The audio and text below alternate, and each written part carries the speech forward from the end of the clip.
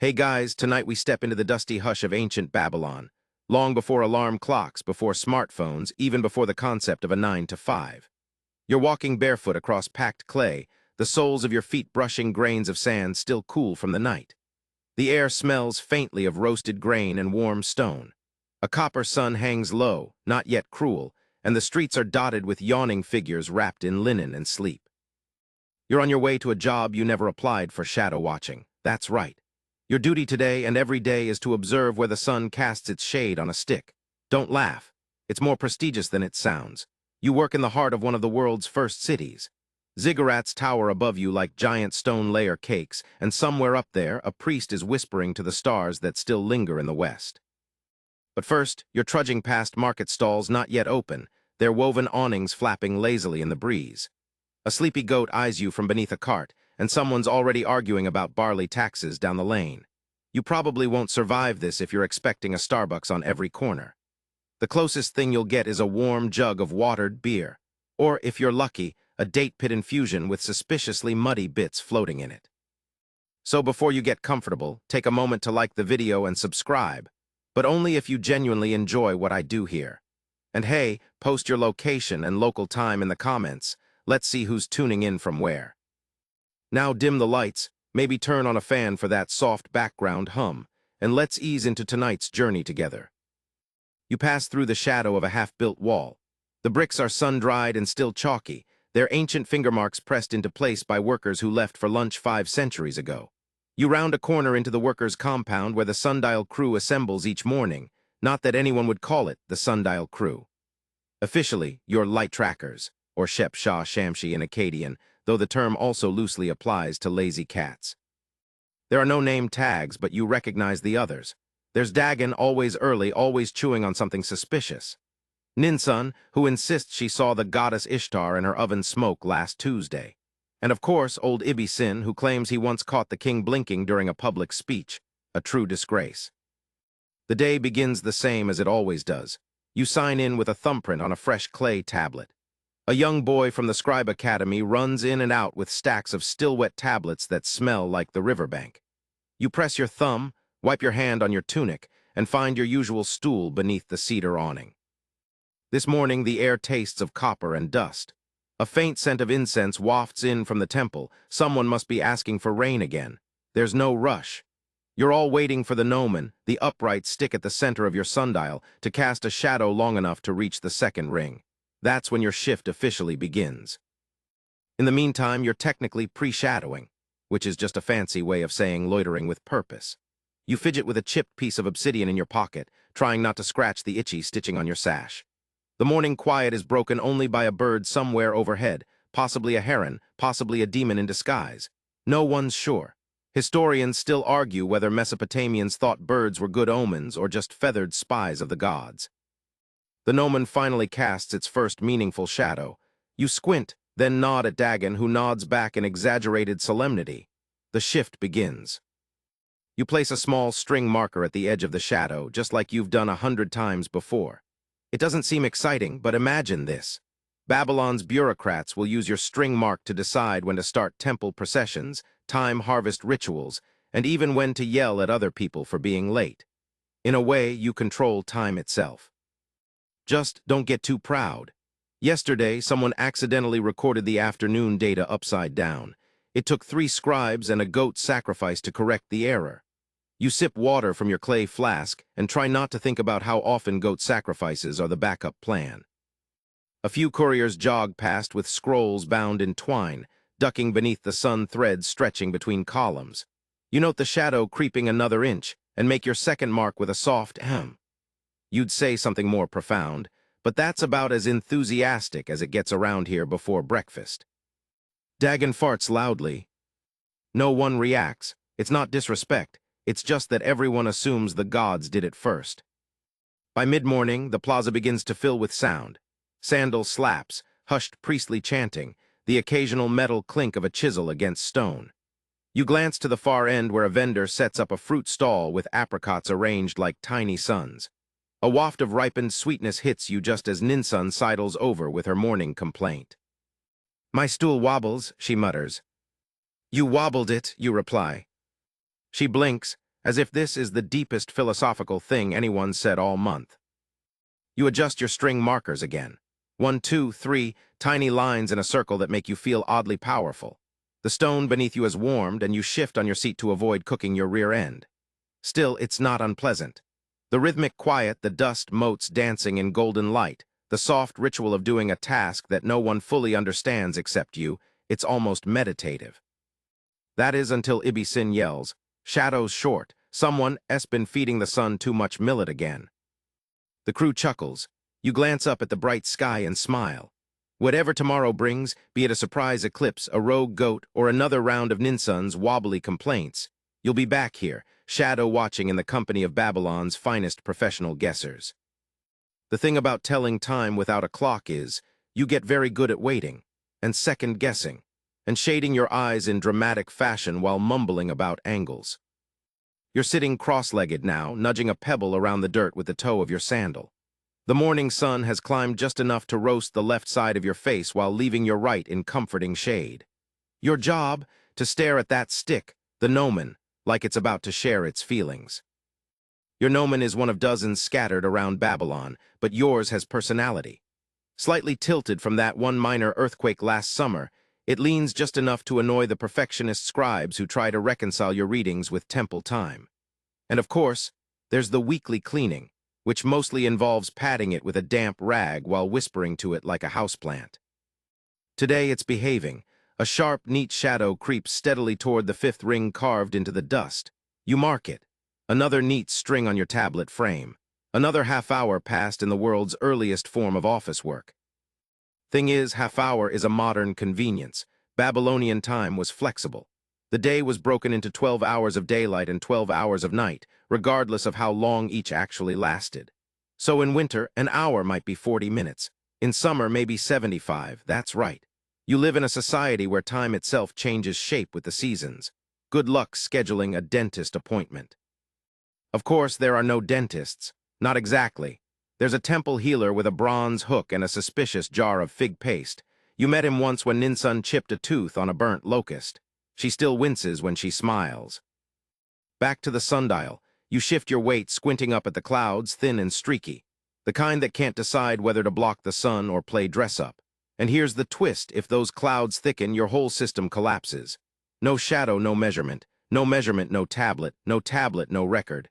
And if there's no record, did time even happen? Clouds are liars, Ibisen grumbles, shielding his eyes with a flap of linen. They were honest yesterday, you murmur, watching the shadow hesitate at the sixth ring. Cloudy days are dangerous, not because of the weather, but because of the arguments they cause. Last week, 2 shadow watchers came to blows over whether the sun had peaked out enough to log a valid mark. It ended with one of them being reassigned to goat-counting duty outside the city walls. That's the Mesopotamian version of being sent to the basement without your stapler. But today, the sun seems committed. The shadow nudges forward obediently, passing each ring like a tiny stone in an invisible sundial race. And you? You get to log each moment with your dull reed stylus onto a fresh clay tablet. The squish of wet clay under your careful pressure is oddly satisfying. A little like buttering toast, if the toast was made of mud and someone would yell at you for doing it wrong. Mid-morning shift almost done, Ninsun hums, chewing a dried apricot with intense skepticism. Time to rotate the stool. This is an unspoken rule. After a few hours, everyone slides their stool a few feet to the left, creating the illusion of variety. It doesn't change the view, but it does wonders for morale. You oblige, dragging your stool 2 tiles over, and sitting down again with exaggerated flourish. Across the plaza, a group of children are playing a game that involves balancing pots on their heads and shouting insults in Sumerian. The winner gets a coin. The loser gets a pot to the face.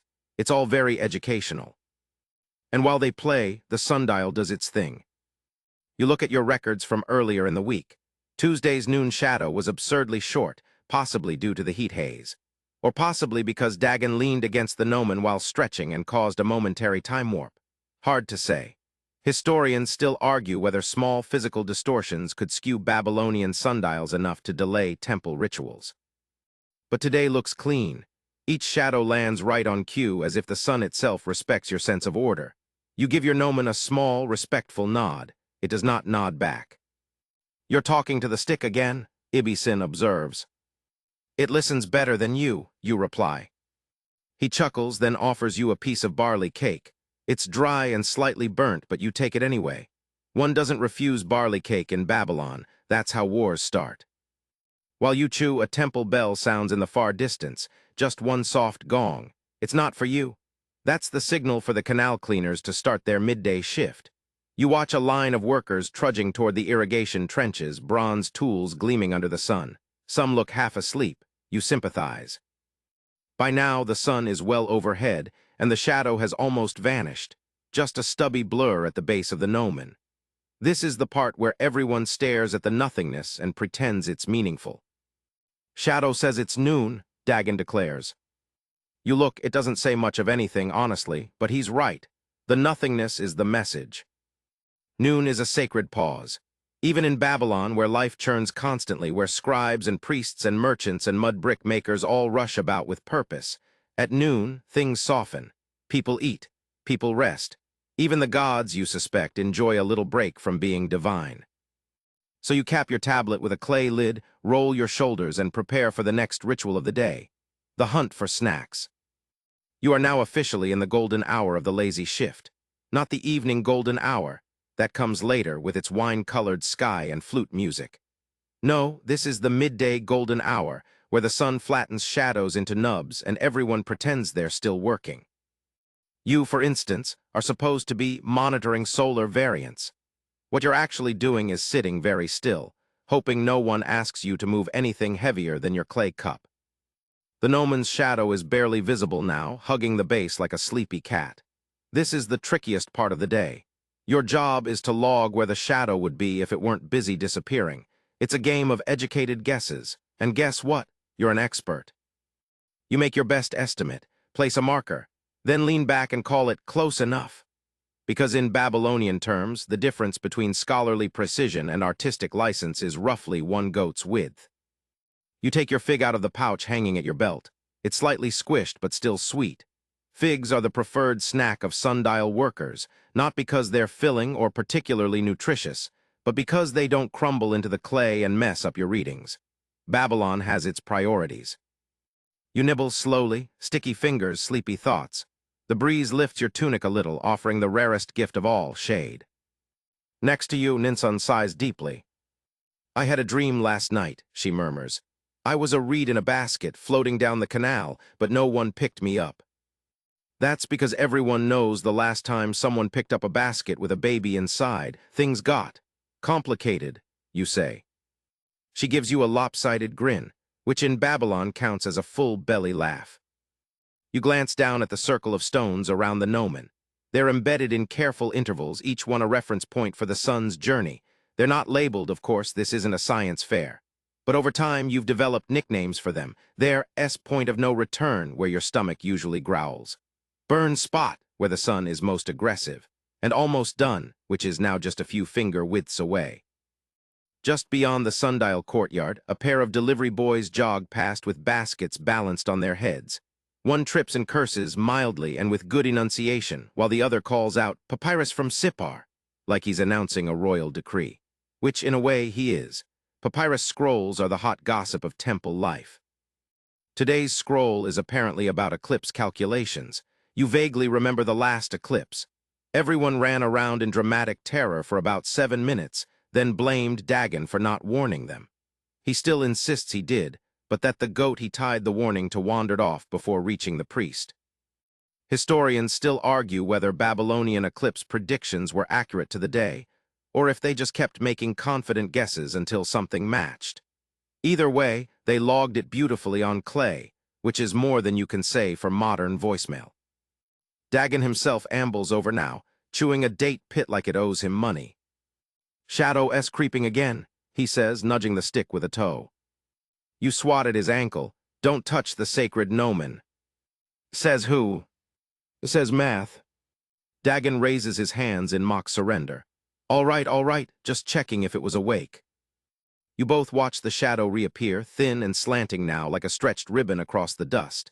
Afternoon is returning. Time resumes its crawl. You log a new mark, carefully aligning your string, then press your stylus into the tablet again. The clay is drier now and less forgiving. You have to press harder. There's a metaphor in there somewhere, but you're too fig drunk to care. Behind you, a donkey brays, as if offended by the heat. You don't turn around. Nothing good ever comes from a midday donkey. Instead, you glance at the stool beside yours, empty now. Ninsun has vanished, probably in pursuit of a cooler corner or a better fig. You think about following her, but inertia is a powerful deity. You trace the newest shadow mark with your finger, then compare it to yesterday's. Slightly longer. Must be the angle. Or perhaps the sun is in a better mood today. Historians still debate whether ancient Babylonians believed the sun had moods. Some texts suggest yes. Others insist the sun was simply a flaming wheel driven by a bored god with commitment issues. Either way, the wheel rolls on. Another marker down. Another line on the tablet. You make a soft hem sound again. It's become your ritual. Your coworkers have started copying it. Now every shadow adjustment is accompanied by a chorus of thoughtful hums, like a frog choir at a math lecture. From the corner of your eye, you see the head priest glide by, flanked by 2 temple guards. He doesn't look at you. He never does. You are a lowly worker, a speck on the sundial of life. And yet, he knows your measurements guide the temple bell. Without you, his prayer schedule would fall into chaos. Priests might chant to Ishtar at inappropriate hours. Rituals might overlap with fish deliveries. The horror. You return to your fig. It's sticky now and slightly warm. You don't mind. The afternoon settles in like a heavy robe. One more line, one more notch. You breathe out slowly, pressing the air into the heat like an offering. Just another day of watching shadows and pretending you understand what they mean.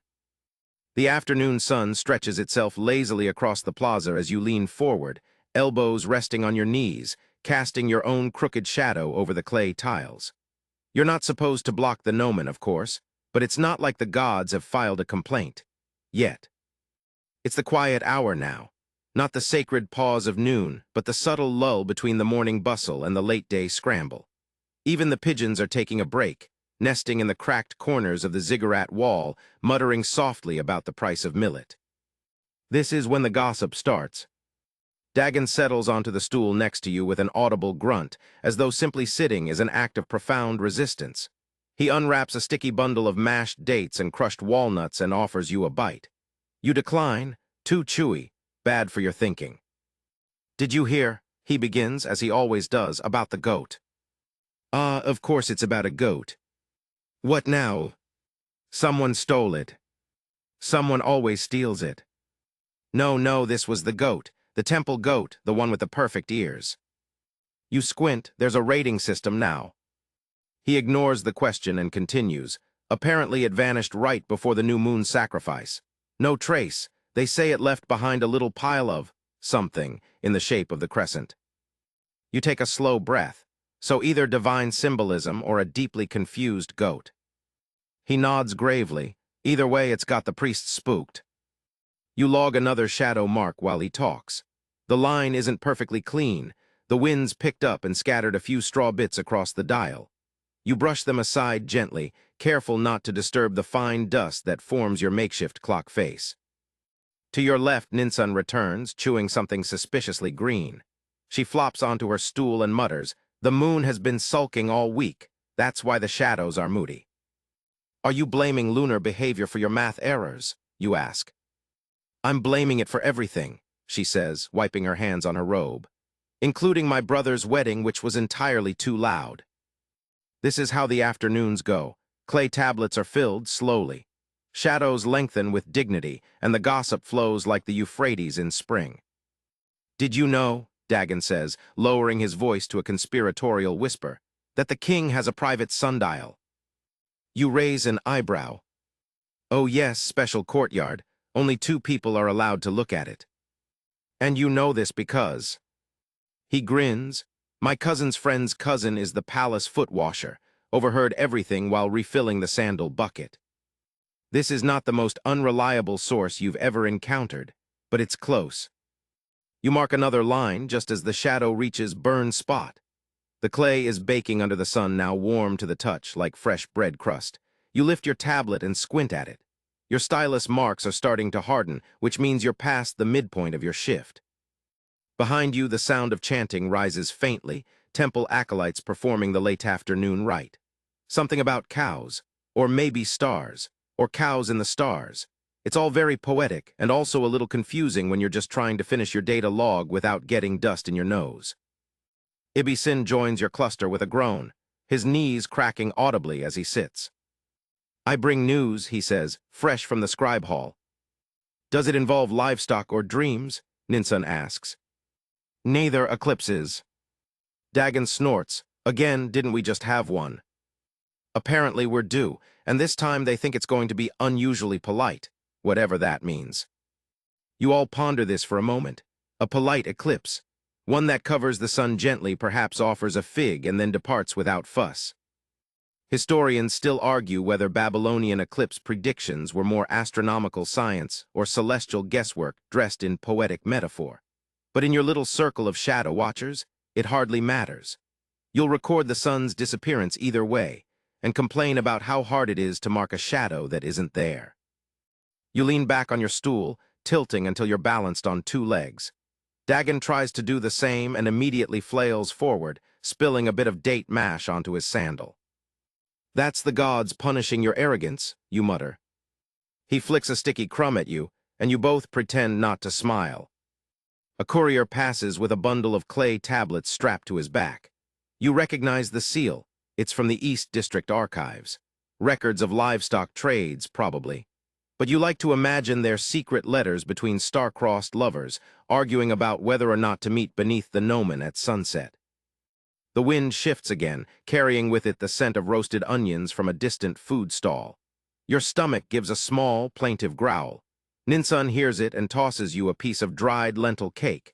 It lands on your lap with a satisfying thunk. Fuel, she says, for your fading wit. You chew slowly, contemplatively. It's dusty, slightly bitter, and somehow perfect. The ideal snack for someone measuring invisible lines in ancient dirt. The sun dips lower now, and the gnomon's shadow stretches longer and longer across the plaza, crawling like a tired cat inching toward the shade. You log the new length, straighten your back, and let the rhythms of the day carry you gently forward. The sun has passed its zenith, and the shadow on the dial has returned to life, no longer a stubby blur but a slow, patient arm sweeping across the earth. You stretch your back, stiff from too many hours spent contemplating the movement of a stick. It's officially the sacred pause of midday now, and across Babylon, the city is breathing in unison, a collective exhale of afternoon heat and holy stillness. This is the hour no one argues with. Even scribes who thrive on correcting each other's handwriting step away from their tablets. Temple guards lean against cool pillars. Bakers take their flatbreads from the coals and let them sit. The entire city adopts the rhythm of rest, structured, intentional, as if dictated by the gods themselves. You know better, it's not divine decree. It's the sun cooking everything it touches. Even your gnomon looks weary, its shadow clinging to the edge of the sixth ring like a tired worker begging for a break. So you stand, crack your knuckles, and step away from your station, joining the slow procession of sundial workers heading toward the designated nap area, a patch of tiled shade beneath the hanging awning of the courtyard wall. Ninsun flops down next to you with a dramatic sigh. I dreamed last week that I was a shadow, she mumbles, her eyes already closing. I moved so slowly. The priests gave me a promotion. You resist the urge to laugh. Her dreams have a tendency to become workplace policy if she tells the wrong priest. As you recline, the soft hum of life filters through the courtyard, sandals scraping on stone, the faint plucking of a lyre, the distant coo of doves nesting somewhere in the garden walls. You let your eyes close for a moment, letting your other senses take over. The smell of baked clay, the taste of salt still on your lips from the morning's barley drink, the warmth of stone beneath your shoulder blades. This isn't a proper nap, not exactly. It's more of a sanctioned daze. A half-awake float through dappled light and overheard conversation. Did you hear, someone nearby whispers, that the goddess Ninersag once fell asleep during a full moon ceremony? I heard she invented naps, someone else replies. They used to be called divine slumbers. Only if you snore like a thunder god, comes a third voice, followed by soft laughter. You crack one eye open and see Dagon draped dramatically over two cushions, one arm flung over his face as though auditioning for a tragedy. I've worked too hard, he groans. My shadow is worn thin. Your shadow was never thick to begin with, Ninsun replies without opening her eyes. You smile, closing your eye again. There's comfort in the ritual, the way everyone agrees, even if only once a day, to stop striving and just be. Even the scribes, usually allergic to leisure, are known to practice a sort of meditative doodling during this hour. Little spirals, fish shapes, an occasional doodle of the king with suspiciously long ears. It's during this pause that you often notice the little things, the way the sunbeam edges glow where they fall through latticework, the symmetrical patterns the pigeons make when they flutter across the plaza, the crack in the ziggurat column shaped exactly like a smiling fish. You never see these things when you're staring too hard at the dial. Of course, not everyone naps. Across the courtyard, the temple cat, black, long-legged, and undeniably smug, prowls the edge of the shade.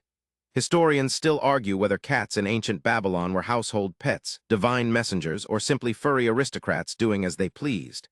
This one clearly believes the latter. It stops in front of your group, glares at you with golden eyes, and then flops sideways into the shade, instantly asleep. Promotion, whispers Ninsun. Obviously, you whisper back. After a while, the sacred pause nears its end, not with a bell or a trumpet, but with the soft sound of people returning to movement. A ripple of sandals, the creak of knees, a collective stretching, like an orchestra tuning up for the afternoon's second act. You rise slowly, letting the sun reintroduce itself to your skin. It's slightly less aggressive now, but still proud. Your gnomon awaits, its shadow returning to full form with a gentle slant. You return to your post, picking up your stylus, brushing the dust from your latest tablet, and nodding in satisfaction at the clarity of your last mark. Back in motion, back in rhythm. You glance toward the ziggurat, where a priest stands at the edge of a platform, arms raised, not in blessing, but to block the sun from his eyes. Even the gods need shade, it seems. As the city stirs once more, so does the gossip. Dagon slides onto his stool and leans in close. The fig merchant's donkey kicked a diplomat. You blink, why? He was wearing too much perfume. You pause, the diplomat or the donkey. He shrugs, who can say? And just like that, Babylon's great wheel begins another turn. You press your stylus into the clay once more, the sound of soft scratching returning like a heartbeat. Outside the courtyard, children shout and play. A merchant sings about his apricots in a key that defies nature. Somewhere, someone is definitely burning bread. And right here beneath this slowly shifting sun, you return to your sacred task, measuring light, marking time, and pausing, just briefly, to wonder whether the temple cat knows something you don't. Afternoon sunlight settles over Babylon like warm syrup, clinging to the bricks and shimmering on the river in the distance. You're back on your stool, which now squeaks whenever you shift, but it's not like there's an ergonomic alternative. You've tried sitting on a folded shawl. It ended up stolen by the temple cat, who apparently found it more divine than you ever did. With the sacred nap concluded, it's time for another ritual, the beverage round. No one calls it that, of course. There's no formal bell, no announcement. But every sundial worker knows the signs. A yawn from Ibisin, a loud, unnecessary stretch from Dagon, Ninsun tapping her empty flask against her sandal like a drum, and finally the unmistakable scent of roasted date pits drifting in from the vendor at the edge of the courtyard. That's your cue. You stand, brush the dust from your knees, and walk toward the tiny stall tucked into the shade beneath an old fig tree. The vendor is already pouring. He doesn't need to ask. He's seen you every afternoon for months. The drink is warm, bitter, slightly gritty. Roasted date pits crushed and steeped in water that might have once been boiling. It has no caffeine, no buzz, no real staying power. But it smells wonderful, like toasted earth and molasses. It tastes like effort, like pretending. You sip, it's awful, you love it. You carry the cup back to your post like a priest bearing an offering. Dagon's already slurping his noisily. Ninsun has hers balanced on her knee, blowing into it with all the ceremony of a royal scribe cooling ink. You ever wonder, she begins, what the real coffee will taste like? You blink, what? I mean, if this is pretend coffee, there must be a real one someday. You glance into your cup, swirl the gritty liquid, consider the concept of caffeine. Maybe it grows in the east, Dagon offers, beyond the rivers, in lands ruled by goats with golden horns. Or maybe, Ninsun says, tapping her cup thoughtfully, the real stuff is too powerful, too divine, we couldn't handle it. I could, Dagon mutters. You cried last week because your lentil mash was undercooked. That was a spiritual experience. You return to your sundial, balancing your cup on a warm, flat stone, and glance at the shadow. It's begun to move faster now, or at least it feels faster. Afternoon shadows are deceptive. They stretch long and lazy, convincing you that the day is almost done even though there are still hours to go. You mark its position carefully, the stylus dragging across slightly crusty clay. Your hands are steadier after the coffee, or maybe you've just stopped caring if the line is perfectly straight. A small breeze kicks up, sending a spiral of dust across the plaza. It dances between the gnomons, twists past your stool, and flutters your tunic just enough to make you feel mildly poetic. For a moment, the city seems lighter, like the whole thing could lift off if it tried hard enough. Then a sneeze from Ibi-Sin brings it all crashing back. "You all right?" you call over. "Dust demon," he mutters, dabbing his nose. "I'll be fine if it doesn't climb up my sinuses and start a temple." You make another mark. The afternoon light is golden now, edging toward honey. You hear a flute in the distance, tentative notes floating over the rooftops like a question without an answer. Next to you, Dagon slumps forward on his stool, staring into his empty cup. "I miss beer." "You had beer this morning." "I miss different beer." Beer is, of course, a staple in Babylon. Water is unreliable, beer is boiled, even temple virgins drink it. The trouble is, beer makes for poor sundial watching. You've tried it. Your markings end up curved and your tablet unreadable. So now it's date pit tea until sundown, for accuracy, for dignity, for the safety of the goat population.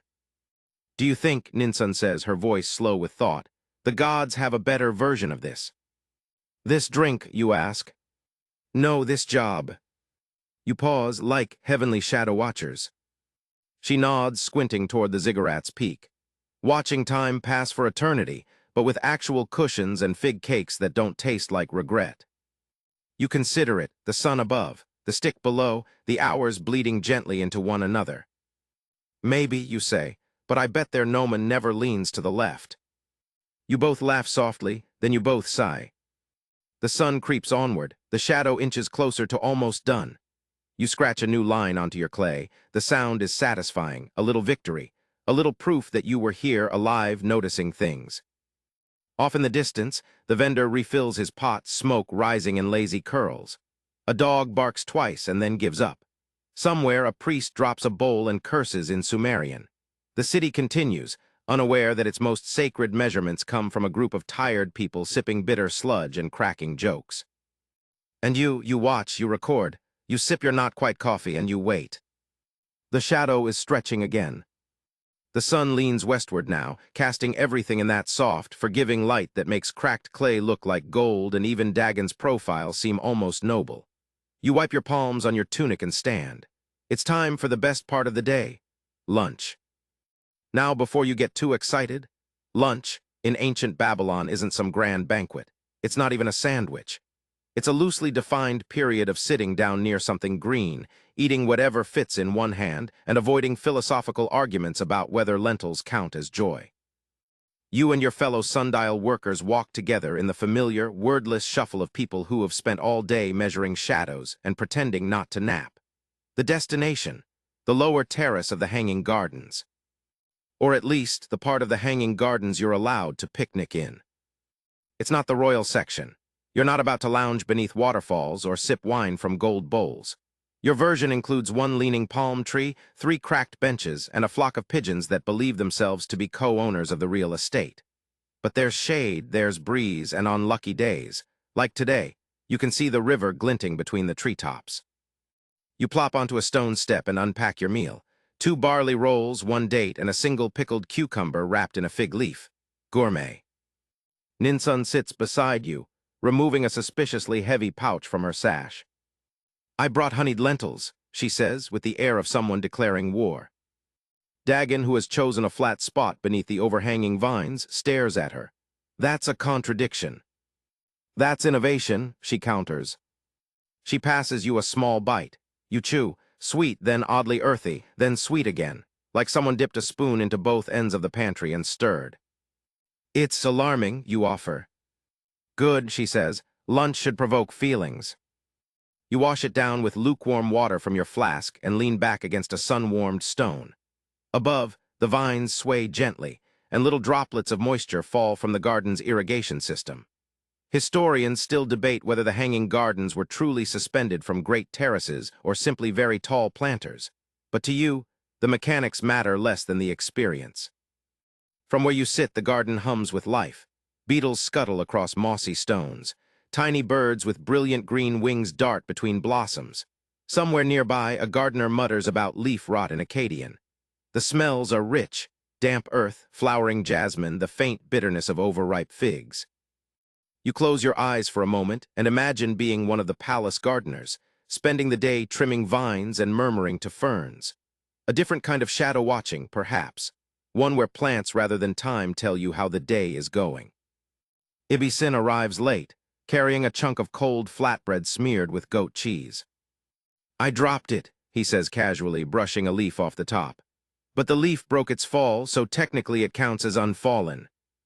"Sounds theological," Ninsun mumbles, wiping her fingers on a fig leaf. Conversations drift lazily around you. Snippets of gossip about the temple choir, speculations about the new scribe who's rumored to write in cursive, a scandal. And of course, ongoing theories about the missing ceremonial goat. One theory claims the goat ascended during a ritual and now delivers messages from the heavens in the form of oddly shaped clouds. You take another bite of your barley roll and nod as if this seems entirely plausible. Dagon announces he's starting a petition to have an official break time bell installed. "We're civil servants," he insists. "We deserve bells." "You can't spell belligerent without bell," Ninsun mutters. It's peaceful here. The pigeons strut nearby, pecking at imaginary crumbs. One hops onto the edge of your sandal and eyes you boldly. You offer it the corner of your date. It snatches the piece and struts off, triumphant. Beyond the trees, you spot a glimmer of the palace dome, and beyond that, the faint silhouette of the distant ziggurat. The same one whose priests rely on your shadow measurements to schedule their sacred routines. When to chant, when to eat, when to scold junior priests for falling asleep on duty. You chuckle softly to yourself. Somewhere, someone is timing a sacred fire based on a slightly wobbly stool you sat on 5 hours ago. Time is strange like that. You glance at your coworkers. Dagon has taken off his sandals and is fanning himself with a reed fan made from last year's performance evaluations. Ninsun is carving a tiny fish into the side of a fig seed, whispering to it like she's training a pet. Ibisen has fallen asleep mid-chew. There's no urgency to return. Afternoon stretches gently across the garden like a silk cloth. The only thing chasing you is the sun, and it's still half a courtyard away from your gnomon. Eventually, someone sighs. "We should go back," Dagon mutters. "Should we, you ask?" Ninsun shakes her head. "Time only exists if we agree it does." But you all rise anyway, folding your fig leaves, brushing off crumbs, gathering your empty flasks. The pigeons eye you suspiciously, as though they've been waiting for this moment. Back through the vines, past the dripping aqueduct pipes, down the stone steps, and into the courtyard once more. The gnomon is waiting. The shadow has grown longer while you were away. Not dramatically, but enough to make you wonder, how much of time do we miss while we're resting? You sit again, pick up your stylus, make a new mark. Lunch is over, but the story continues. You've barely resumed your place beside the sundial, when a whisper slices through the lazy afternoon calm like a slightly embarrassed dagger. "He's coming." You blink, who? Ninsun doesn't answer. She just widens her eyes and does a slow, dramatic nod toward the far end of the plaza. And then you see him, tall, slim, moving with the unhurried menace of someone whose footsteps are recorded in triplicate.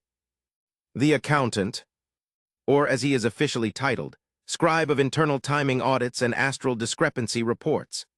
But everyone just calls him Lugelmush, or soft sandals, because his leather shoes make exactly 0 sound and are somehow always freshly oiled, no matter how dusty the courtyard is. He is not your supervisor, he's worse.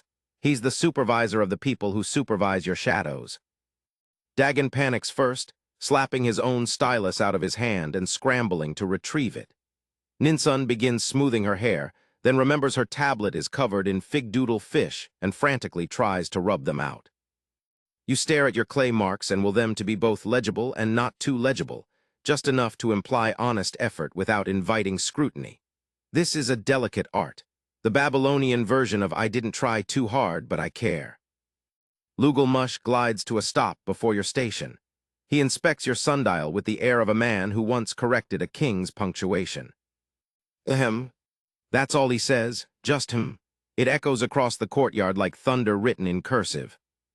He bends over your shadow markers. You pretend to adjust your stylus, which you then drop. It lands in your sandal. You pretend this was intentional. You mark the fourth interval at what hour? You clear your throat, just after the second chorus of the midday hymn.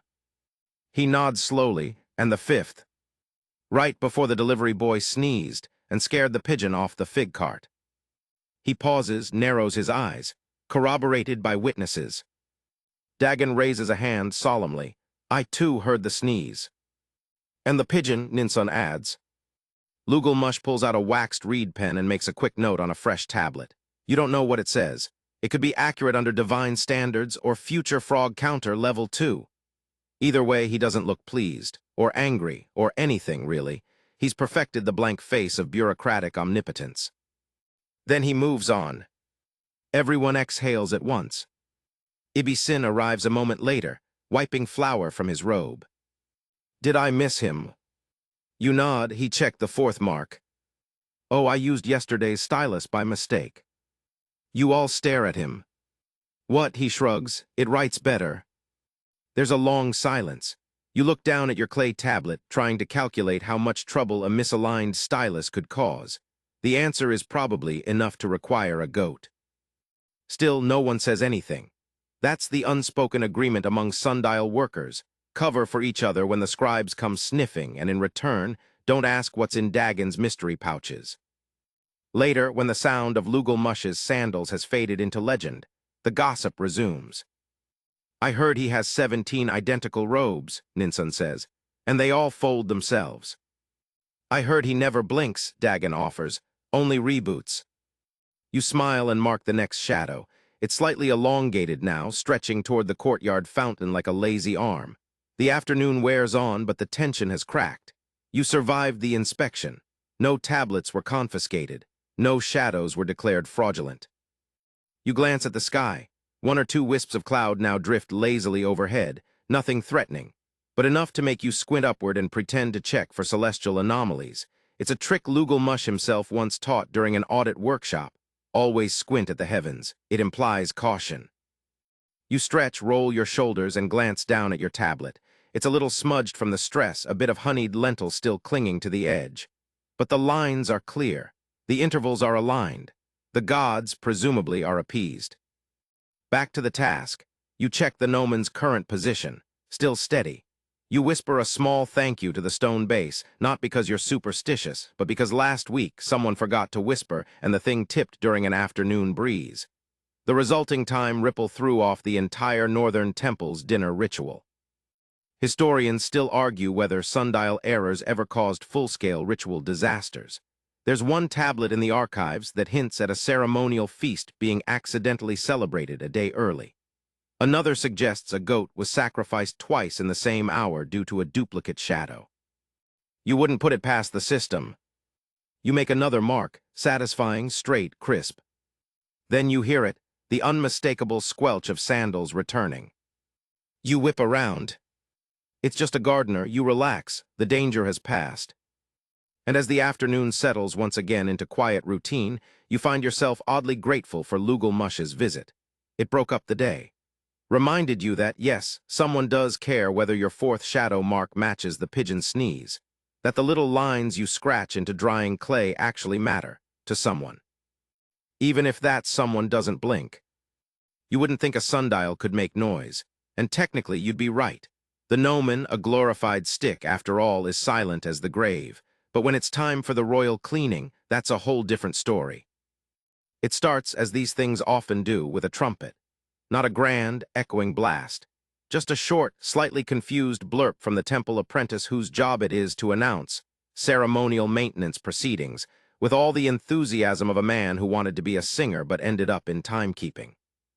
You look up from your clay tablet to see the procession arriving, 3 young men carrying buckets, 2 scribes with scrolls, a priest clutching a scented cloth and leading the charge, a woman with arms folded and an expression that could curdle yogurt. That's Tianinlil, head of the sacred Gnomon division. She's known for 2 things, the world's cleanest shadow stick and the loudest sandals in Babylon. What's she doing here? Dagon whispers. Quarterly cleansing, Ninsun mutters. The sun complained. You stand respectfully as the procession enters the sundial courtyard. Everyone does. It's not just tradition, it's self-preservation. You do not want to be caught scratching your ear when the sacred Gnomon division makes its rounds. Tianinlil stops in front of your post and sniffs. Not a polite, "What's that smell?" kind of sniff. No, this is a sniff of judgment, a sniff that says, "I see your dusty stool and raise you a polished cedar bench with decorative inlay." Then the cleaning begins. The bucket bearers pour warm, herb-scented water over the base of the gnomon. The scribe reads a blessing involving sunbeams, justice, and the proper position of shadow at equinox. The priest waves a smoking bundle of date palm fronds while muttering about purity of perpendicularity. And then comes the brushing. Tianinlil produces a brush that might once have been a lion's tail. She kneels beside the gnomon and begins to scrub, not gently. This is not a soothing spa treatment. This is a full-body exorcism conducted via bristles.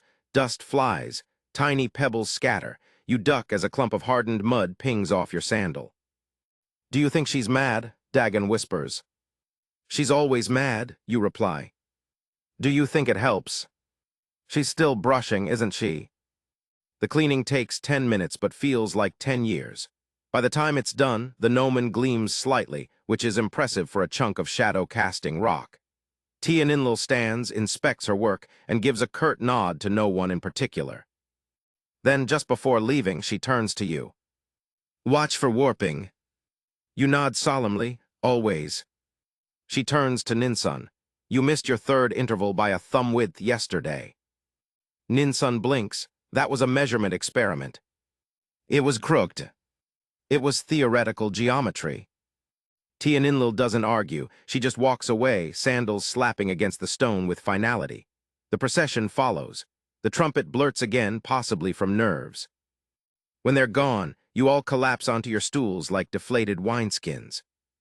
"She speaks in riddles," Ibisin says. "She speaks in metrics," Ninsun grumbles, wiping a speck of clay from her eyelid. "She once made a scribe cry," Dagon offers. He still draws his charts with a wobble. You inspect the gnomon. It does look cleaner. Sharper somehow, the shadow it casts is more precise, less fuzzy. You consider whether this is actually true or if your brain is just intimidated. You mark its current position with a refreshed sense of responsibility. After all, the next interval must be worthy of Tianinlil's wrathful legacy. The rest of the afternoon passes with soft sounds. Scratching styluses, shifting sandals, the occasional creak from a sun-warped bench. The breeze returns, carrying with it the scent of freshly disturbed herbs and a whiff of damp clay. It's oddly comforting, like the aftermath of a storm that was mostly bureaucratic. You notice a few other sundial crews across the plaza eyeing your gnomon now. Jealousy? Respect? Fear of unexpected inspections? It's hard to say, but your post has become a minor celebrity among the courtyard's shadow watchers. "You know," Ninsun says after a while, "if I die before you, I want my ashes scattered around this gnomon." "That's poetic," you say. "And efficient. I could still help mark the solstice." You raise your cup in salute, to posthumous punctuality. The sun continues its descent. The newly scrubbed gnomon casts a longer, cleaner line across the courtyard floor. You mark it proud, not just of the line, but of the absurd ceremony that preceded it. Historians still debate whether the Babylonians genuinely believed gnomon cleaning had mystical effects, or whether it was just a particularly enthusiastic form of quality control. You, having lived it, know the truth. Sometimes the ritual is the meaning. A crow calls once from the temple roof. The pigeons have returned. The air grows cooler. And you sit a little straighter, stylus in hand, guarding the cleanest sundial in Babylon with all the quiet dignity of a person who's just been told to watch for warping and honestly isn't sure what that means. It starts with a joke. "Hey," Dagon says, eyeing the sky. If my horoscope says I'll have a promotion today, do you think I can switch to fig rotation duty? You smirk, only if your rising moon agrees. Ninsun, lying flat on her back on the sun-warmed stones, chimes in. Or if the goat licked the right pebble this morning. That's how it goes in Babylon, where your career path might depend on the alignment of planets, a dream about reeds, or whether someone in the temple saw a fox sneezing. This is what passes for human resources. The truth is, your shift is increasingly at the mercy of the stars, and not just because the sun's getting lower. It's that time again, when the astrologers issue their weekly personnel scroll. You hear them before you see them. Soft sandal steps, the swish of embroidered robes, and a faint clatter of ivory styluses in leather pouches. 3 junior astrologers enter the plaza with all the gravitas of a thundercloud trying not to bump into anything. They are technically temple scribes, but they dress like future gods and speak in riddles. One of them, short, intense, possibly named Enlil-Bani, unrolls a scroll as long as your arm and begins reading. Henceforth, by decree of celestial observation, Dagon son of Dagon shall serve this week under Saturn's mild irritation, and is encouraged to avoid sharp instruments and amphibian counting. Dagon raises his hand. Is that a demotion? It is a lateral sidestep, the astrologer replies solemnly. Into what? Fig rotation, says another. Dagon gasps, it's real. The scroll continues. Ninsun, child of Samet, receives favorable omens under Venus, and 2 minor stars previously believed to be soot. Ninsun preens, told you the dream about the basket meant something. However, the astrologer adds, beware of misinterpreting reflections on standing water. She freezes, the pigeon bath. They say nothing more, he says cryptically. Then it's your name. You, the astrologer says, pointing with his stylus, are currently under the influence of a minor moon, a crooked constellation, and yesterday's wind. You raise an eyebrow. Is that good or bad? He consults a smaller scroll. Unclear, but your probability of mild elevation in status has increased by half a unit, assuming no goat-related incidents. You glance warily toward the temple goats. They appear calm for now. Astrologers in Babylon have enormous power, and not just over scribes. Historians still argue whether their predictions were taken as divine law or helpful suggestions. But down here in the courtyard, you know one thing for sure. People get promoted, demoted, reassigned, or ignored based on star scribbles. Dagon is already composing a farewell ode to shadow measurement. I shall miss the way the gnomon squints in the sun, he intones. You'll be back next week, you reply. He ignores you, the way the shadow stretches like a snake in sandals. You've never even touched a fig crate, Ibisin grumbles. You wouldn't understand the poetic gravity of produce. The astrologers finish their readings and drift away, robes swaying. One of them stumbles on a loose tile, mutters something about Mercury's mischief, and straightens his scroll with wounded dignity. You glance at your tablet. The latest shadow mark sits perfectly aligned. You pat it. Mild elevation in status, you whisper. Don't jinx it. Meanwhile, Ninsun is squinting at the sky. You ever wonder if they just make it up? The stars. The astrologers. What if they just throw some dust in the air and see what sticks? You shrug. What if the dust is the message? She chews her lower lip. Now I'm overthinking. That's Uranus's influence, Dagon mutters. As the light begins to turn gold at the edges, the mood softens. You can't help but feel a tiny spark of pride that your measurements, humble as they are, somehow affect the wider clockwork of the city. Temple bells ring because of you. Harvests are timed to your little scratch marks. Even the priest's awkward poetry sessions start only after your afternoon shadow hits third elbow. Time passes, the next shadow length approaches. You dip your stylus in a bit of water to soften the clay, press gently, and draw your line. There, solid, honest, unambiguous. For now, the stars may say what they like, but this is your truth. And maybe, just maybe, tomorrow's scroll will say you're destined to run the whole sundial courtyard. Or more likely, to keep doing exactly what you're doing, but with slightly softer sandals. The late afternoon light slants across the courtyard, warm and syrupy, painting long shadows like brushstrokes across cracked stone. You sit a little straighter now, not because the day is nearly done, but because it's the home stretch. The final marks, the most important records, the ones the temple scribes triple-check and occasionally argue over for weeks. So naturally, this is when your stylus breaks. It happens just as you're pressing in a particularly crisp line. Snap. The tip cracks off, leaving a faint gouge in the clay and a small, heartbroken piece of reed on your lap. Dagon glances over. You broke time. Time had it coming, you mutter. You scramble for a backup stylus. You had one, you always keep a spare, you pat your pouch. You check under your stool, you check inside your sandal just in case. Nothing. Panic sets in. Ninsun notices you're flailing and tosses you hers without a word. You nod, grateful. It's a bit too soft, worn down from overuse, but it'll do. You press in the mark again, less crisp but serviceable. And then, just to really tie the afternoon together in a bow of disaster, you realize something. One of your previous entries, the third mark from midday, is crooked. No, worse, it's upside down. You stare at it. How does a shadow mark go upside down? Maybe you rotated the tablet when the trumpet sounded. Maybe a pigeon bumped you. Maybe it's the influence of that crooked constellation from your horoscope. Maybe the universe is bored. You try to gently scratch it out and correct it. The clay is drier now, less forgiving. Your correction looks like a squashed worm next to a tidy caterpillar parade. Trouble? Dagon asks, sidling closer. Third shadow's upside down. He peers over your shoulder, looks like a fleeing fish. Thanks.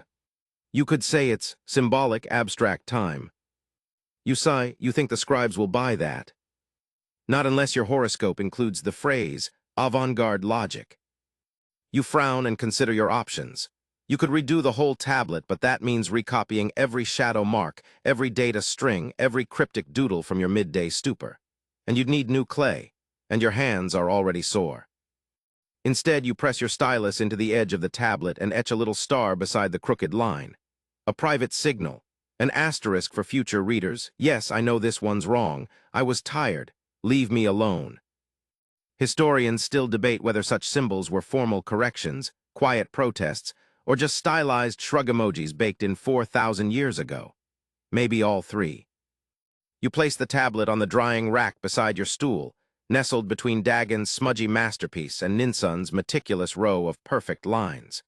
The sun warms them evenly now, helping set the clay before the evening dew ruins it. Off in the corner of the courtyard, a new apprentice is fumbling with a gnomon replica, trying to calibrate it while 3 pigeons sit judgmentally nearby. You watch for a moment. He's using a string that's too short. His shadow rings are misaligned, and he's sweating through his sash like a panicked fig. You were like that once, still are most days. The shadow on your official gnomon is stretching fast now, sweeping toward the final ring like a slow-motion bowstring being drawn. You make another mark, penultimate, the one just before the last. This one you get right. The temple bell will ring soon, and then it's over. The scribes will collect your tablets. The measurements will be compared, compiled, adjusted for divine error, and then stored in archives so dusty even the gods forget they exist. But still, every line matters. Dagon is humming again, something off-key and vaguely flute-like. Ninsun is plucking pieces of bark from the hem of her robe. Ibi-Sin is napping with his mouth open and one foot resting on a sun-warmed stone. You consider waking him, then decide he's more accurate asleep than most people are awake. The sun edges lower. You look at your broken stylus and think, not for the first time, that you should ask the carpenter's daughter for a new one. Hers never break. She sands them with honey and mutters incantations. You're not sure if it's superstition or craftsmanship, but you're desperate enough to believe in both. A breeze stirs your hair, you close your eyes. When you open them, the final shadow mark is due. You kneel, position the stylus, and carve the line. Straight, clear, honest. Time for today has been recorded. Somewhere, someone rings the bell. Technically, it's not your bell, not the one for the sundial workers anyway. It's the temple's evening bell, a deep, sonorous bong that's meant to echo across the rooftops and into the ears of the faithful. It tells priests to light incense, tells farmers to check their goats, and tells you, well, to start waiting. The actual end-of-shift gong, that comes later, much later. The timing of it is, let's say, flexible. And by flexible, you mean that it arrives anywhere between sunset and we gave up and went home. Dagon leans back, arms behind his head. 5 drachma says the bell's late again. No one uses drachma here, you say. Fine, 5 figs. You don't have 5 figs. Details. You look skyward. The sun is dipping but not quite gone. The shadow is long, dramatic, slicing the courtyard diagonally like a polite reprimand.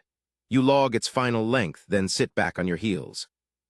The tablets are complete. The records are dry enough, you could leave. You could, but you don't. Because that bell, maddening as it is part of the ritual. The day isn't done until it sounds. And besides, if you leave early and it rings while you're gone, the scribes will notice. Someone will ask, "Where were you?" And your answer, "Home, trying to scrape lentil cake off my sandals," won't pass muster with the temple record keepers.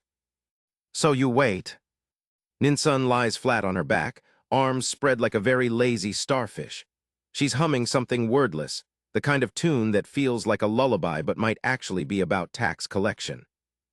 Dagon's plucking blades of dried grass and arranging them on his lap like a crown. "When I am king of the sundials," he announces, "everyone will leave when they feel like it." "Democracy," you mutter. "Anarchy," Ibisin corrects, suddenly awake. You smile, watching a flock of birds skim low over the city wall.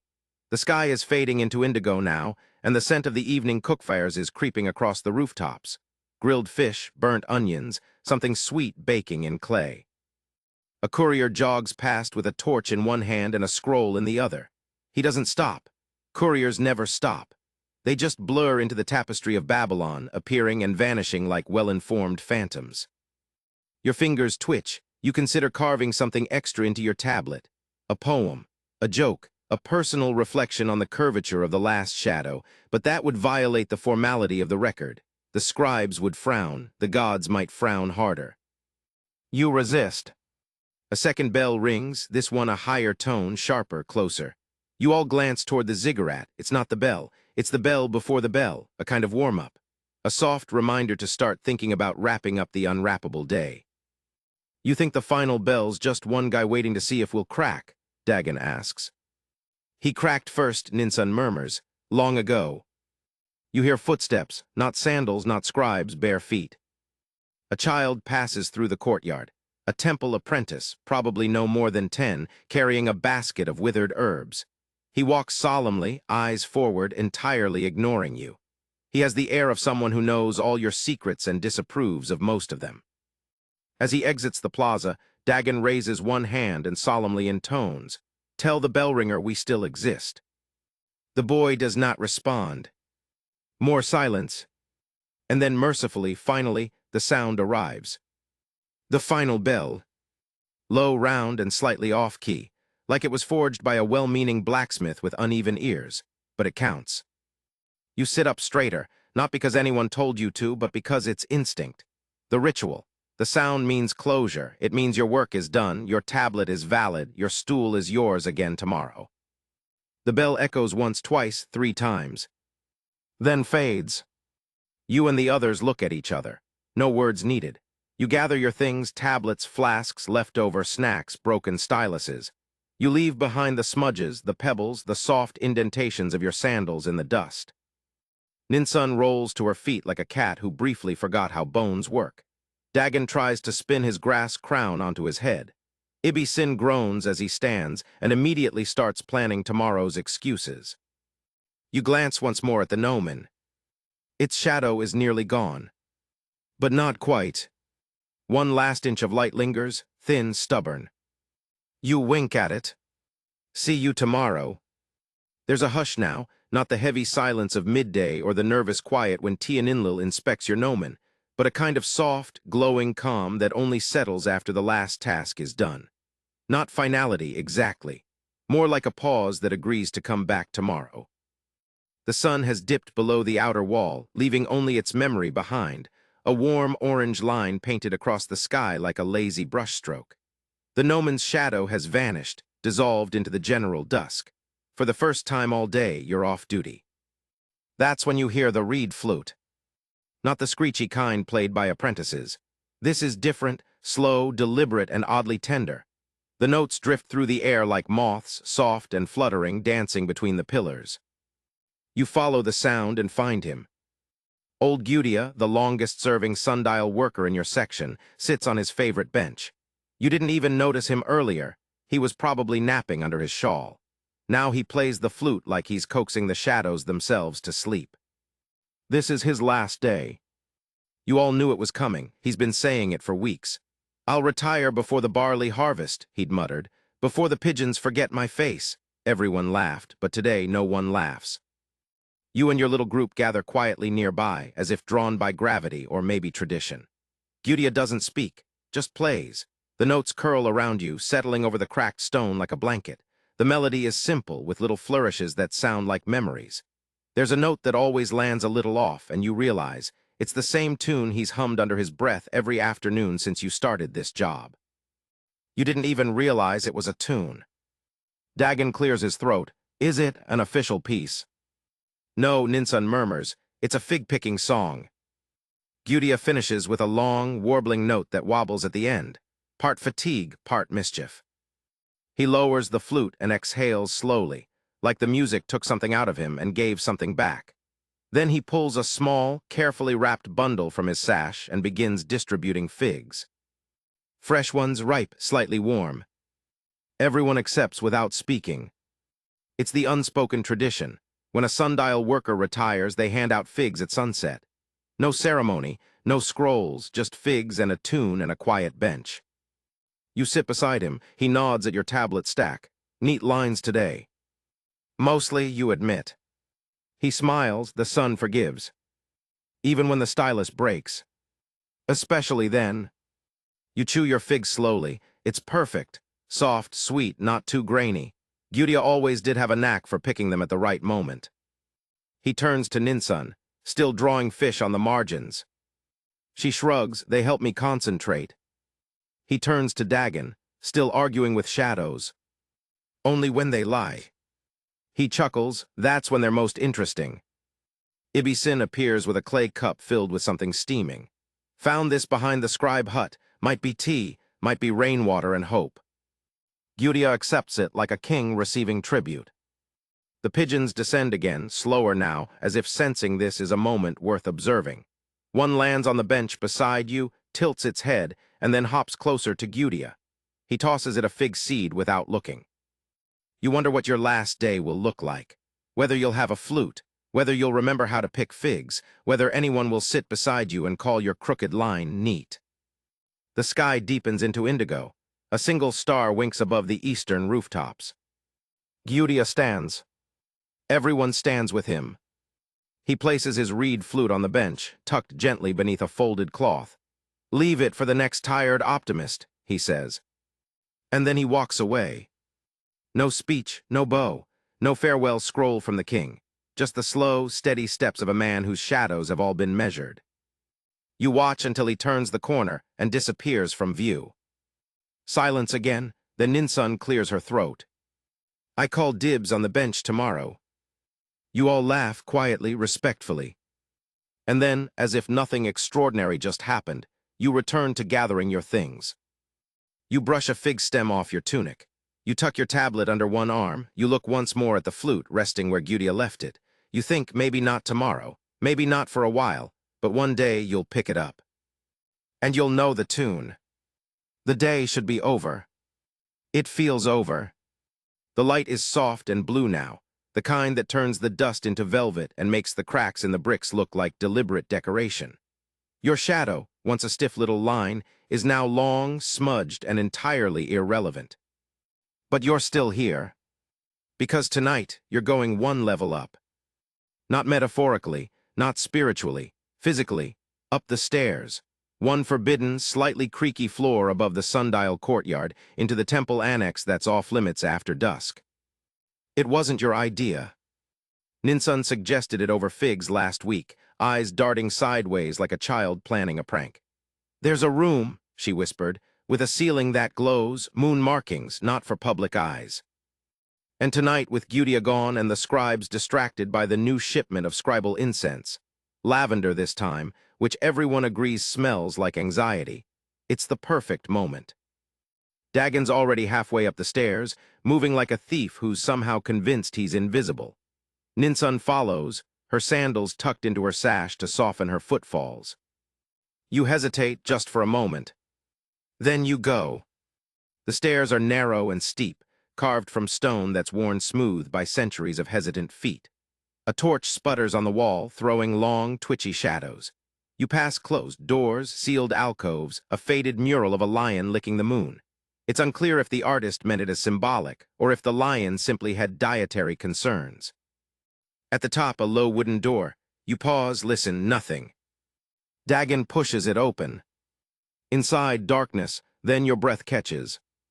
Not glowing, not exactly, but shining. The walls are painted with lunar charts, vast swirls and cycles in white pigment that catch the torchlight and scatter it like dust over water. Crescent moons, full disks, thin slivers curling like fingernails, each one marked with tiny dots and glyphs. A ceiling map of Time's quieter twin, night.